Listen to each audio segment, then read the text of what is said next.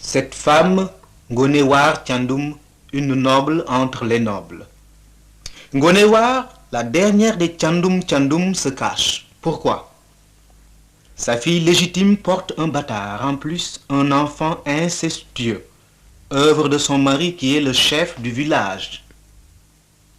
Cette femme se faufile entre les palissades pour entrer ou sortir du village. Ngonewar ne te voit plus. Que dit-on dans le village? Elle va me mentir et répondre rien. Rien? Qu'avais-je dit? Tout est mensonge. Modou, porte la chaise sur la place du village. Vite! Où est cet enfant? Vite! Gué, dit mon mari. Tu tiens plus à ton rang au déshonneur fait à ta famille par toi. Te souviens-tu du retour de mon fils, Tanor?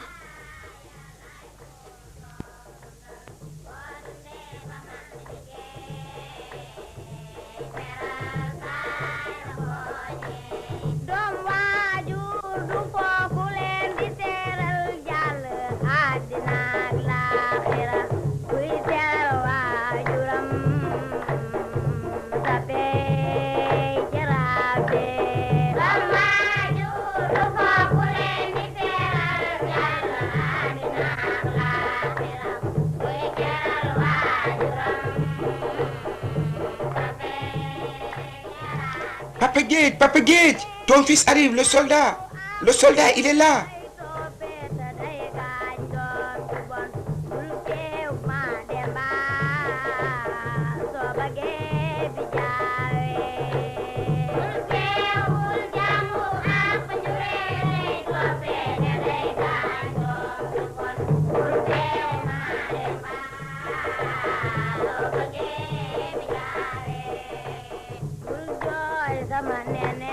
J'attendais un homme. Ce fut moins qu'un homme que j'ai reçu. Une loque. J'étais fière lorsqu'il nous quittait et inquiète aussi. Il me revient fou. Le courage n'est pas d'envahir autrui, mais de faire face à l'indignité chez soi. Maudit soit la guerre et l'esprit de rang. Tu savais qui a engrossé ma fille? Le sais-tu? Réponds. Le père, mon mari. Et maintenant, que disent les tenants de la morale? D'un type de la caste inférieure, j'aurais compris.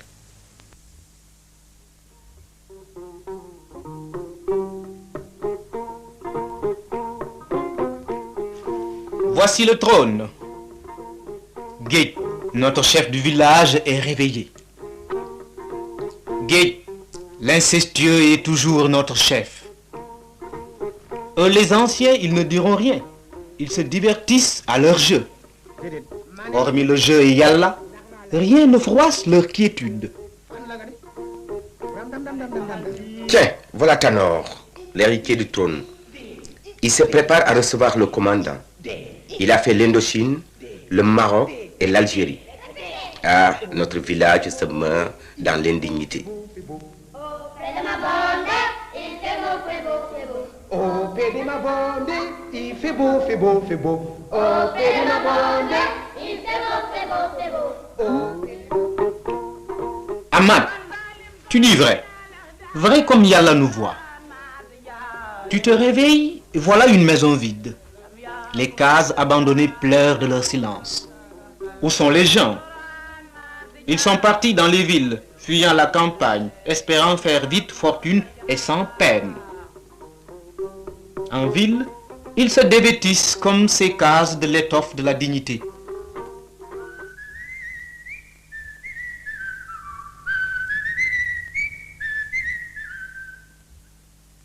Ouais, quel bâtard! Il est fou! C'est un simple d'esprit. Pas assez que sa famille nous blesse, faut-il aussi accepter son irrespectueuse conduite? C'est un simple d'esprit.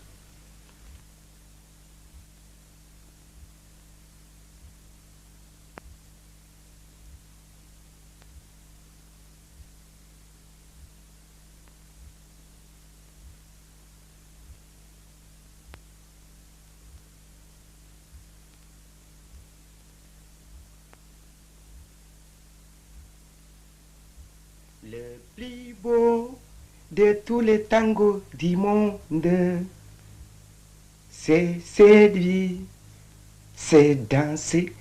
Ah ah ah, ah ah ah ah, ah eh, ah, ah ah eh. Section en avant.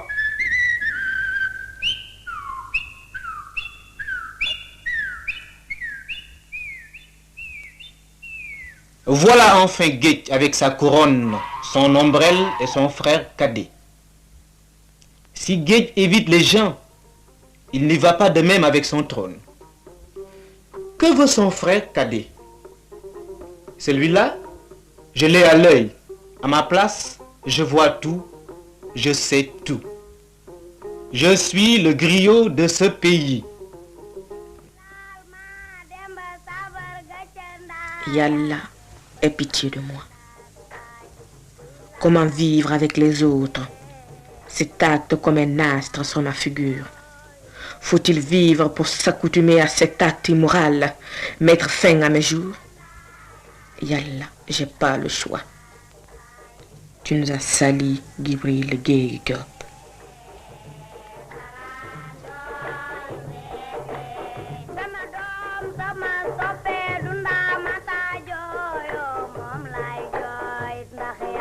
C'est bien l'heure de la prière?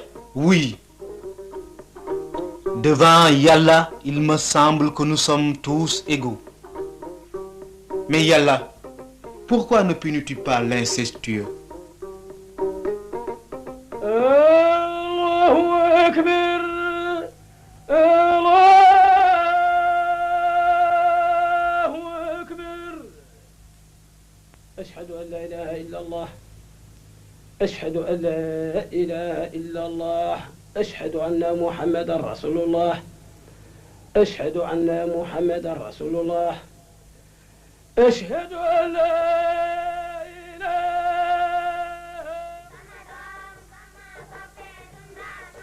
Alhamdulillah. Voilà mon fils Tanor.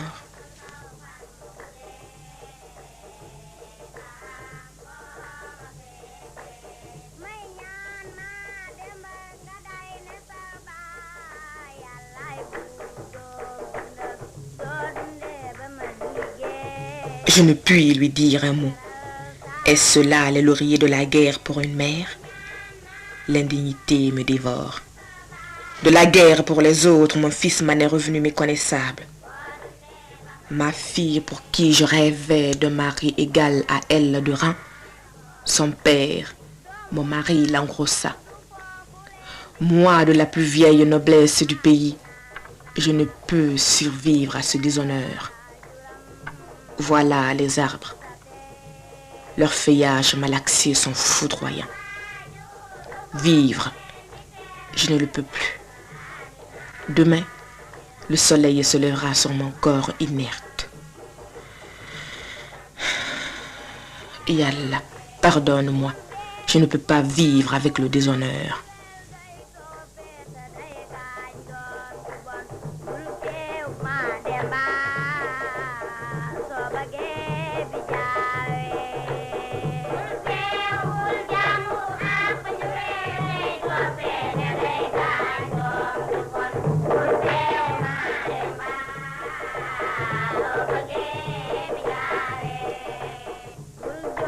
sama jaar fii nag ba xam fooy dem nii la bés naa ko nag ku yàlla matt bala ngay dee si comme yaa déedéet maa ne mag du ndege way ndax naa la fii la nag fan la nga di dam demba sabar ga ca ndaayaan de koy laal ndaat taay kuy laal sama doom jee salaan jooy weete kuy laal ma demba sabar ga ca ndaayaan de koy laal ndaat taay kuy laal sama doom jee salaan jooy weete. Yàlla, n'avais-je pas obéi, veillé à tes commandements? N'ai-je pas été bonne épouse, mère exemplaire? Comment vais-je vivre avec mes coépouses, avec ceux du village? Quelle honte pour les miens et ceux à venir.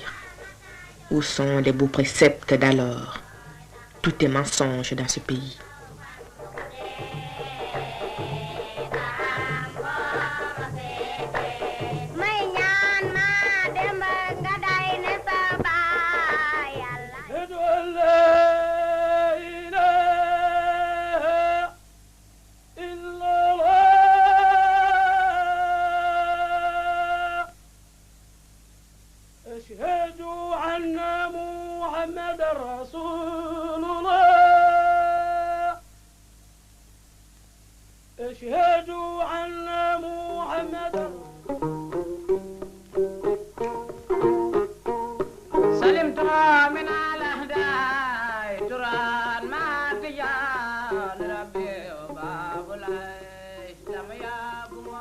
Que chuchote-t-elle Gnagna Guissé aux autres? L'enfant est-il venu au monde? À voir son visage, il y a quelque chose d'arrivé. Quoi? Vite, viens à moi. C'est fait. Ngoné War Thiandoum a mis fin à ses jours en s'empoisonnant. Elle ne pouvait pas survivre à cette honte. S'il est vrai que nous ne sommes que de sombres acteurs, que tout a été décidé, écrit avant notre naissance, pourquoi la morale, le bien et le mal, le beau et le laid? Telle figure avenante, telle naissance, tel habit d'apparat ne sont que dorures. Chacun se revêt d'un attribut pour mieux griger son prochain. Telle personne à la piété légendaire s'en couvre pour mieux accomplir une activité innommable. Notre pays se meurt dans les mensonges et la fausse morale. Seule la fortune est valeur morale. Ngoné War Thiandoum n'a pas démérité de sa naissance. La devise des siens est plutôt mourir 1000 fois de 1000 manières plus affreuses l'une que l'autre que de supporter un jour un affront. Répétons comme le sage. Il vint au monde dans des castes supérieures de passé glorieux. Un enfant qui, en grandissant par sa conduite, ternit tout l'héritage de son passé, éclabousse même la dignité de l'individu. Djambour, Djambour. Quelle honte pour Gibril Gueye Diop. Où sont les hommes d'hier, les Guelewar et les Damel? Personne des anciens n'a dit mot. Nous griots, nous ne sommes que la mémoire de ce pays. Certaines choses nous blessent. Ce qui blesse le griot tue le noble.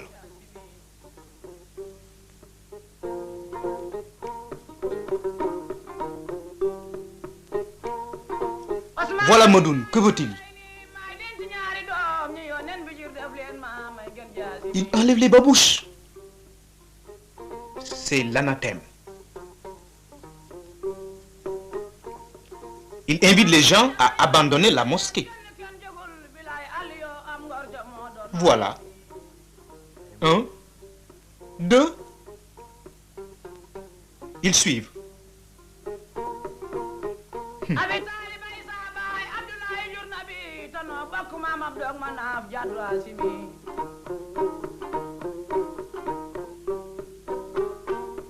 Voyons l'imam. Il quitte lui aussi. Il ne reste plus que Gueye. Je sens bien que je ne suis pas d'accord. Medoune ne veut que succéder à son frère aîné. Il sait qu'en excluant ainsi son aîné, personne n'adressera la parole à Gueye.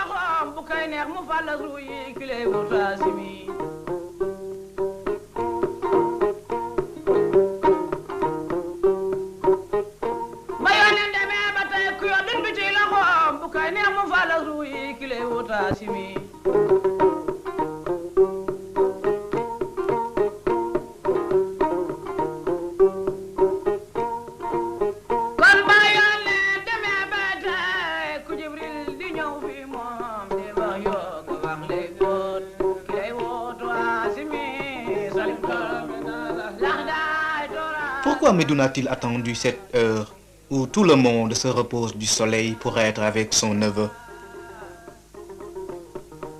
Regardons pour savoir.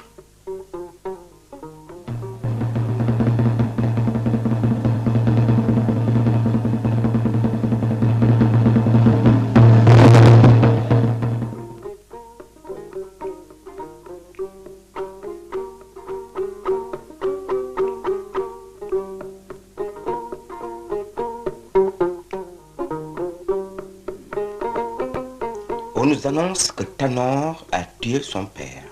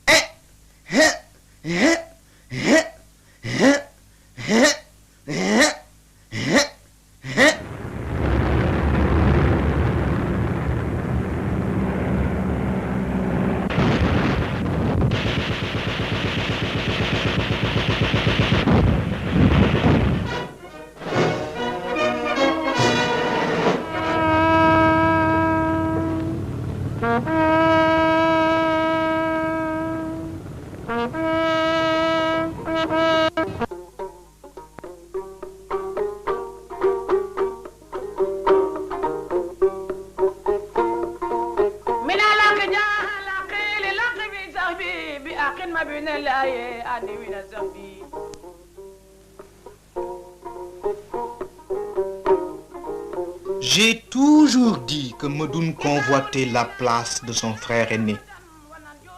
Et sans palabre, c'est lui qui va monter sur le trône.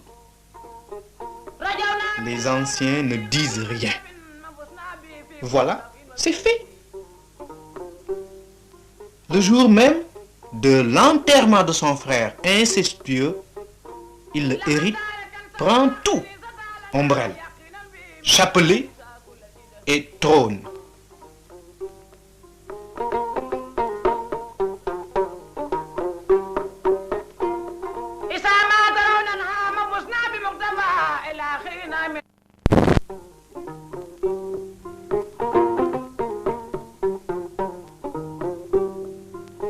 Une nouvelle vie commence où la vérité sera un délit.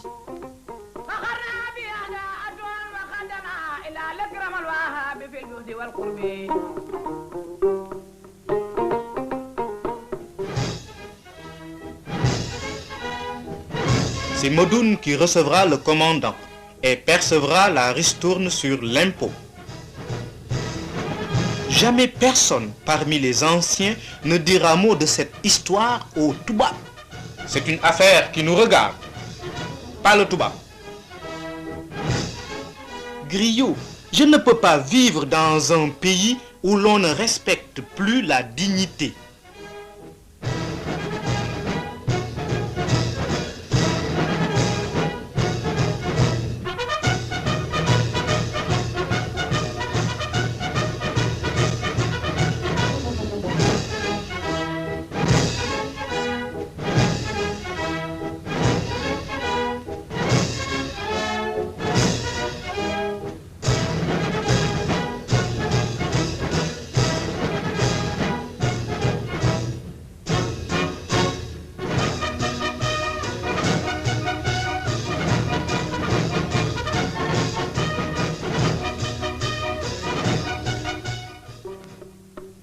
Déthié, où pars-tu? Là où la vérité n'est pas privilège ni de naissance ni de fortune. Mes ancêtres ont toujours régné. C'étaient des nobles. Qu'importe sa source, la vérité est toujours noble. Que Yallah vous assiste. Moi, je quitte le village.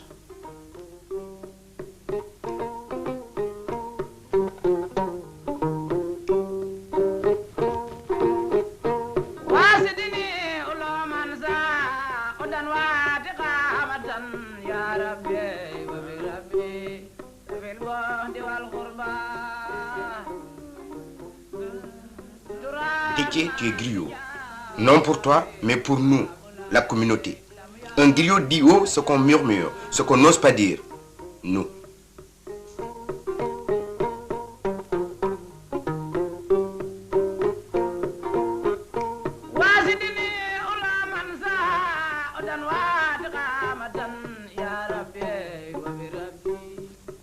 Il n'est pas nécessaire pour véhiculer la vérité d'être griot. C'est vrai, je m'exile, mais eux, ils s'exilent en eux.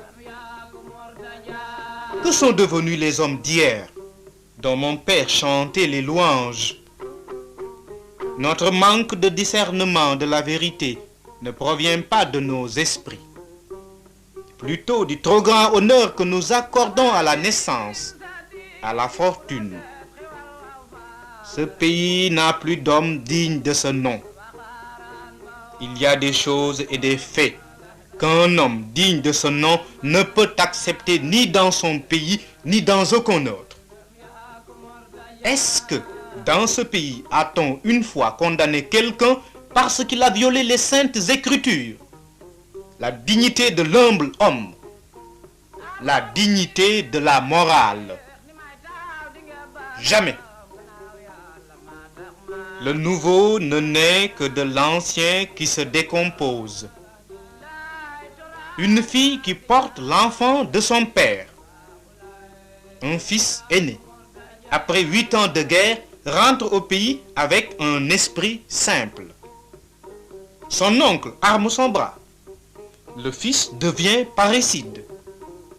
L'oncle usurpe le trône, reçoit le commandant. Tous les notables étaient là, sans rien dire. Auparavant, la mère se suicide. Je retourne. Je ne peux pas abandonner ma famille. Je retourne au village. Qu'est-ce qui bourgeonne dans tout ceci? Notre communauté craque.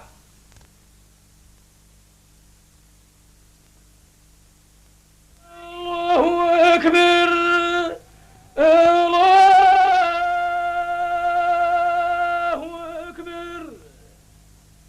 أشهد أن لا إله إلا الله أشهد أن لا إله إلا الله أشهد أن محمدا رسول الله أشهد أن محمدا رسول الله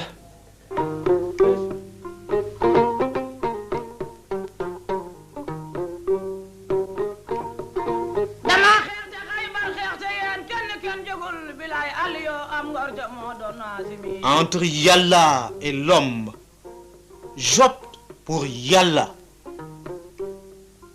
entre Yallah et la vérité. Billahi, je suis pour la vérité.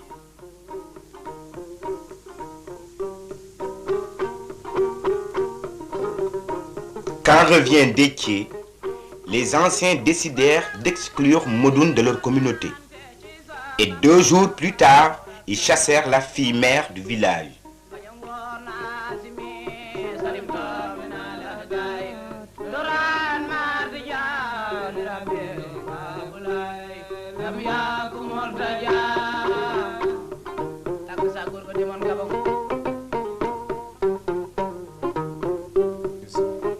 Demain, la fille doit sortir du village.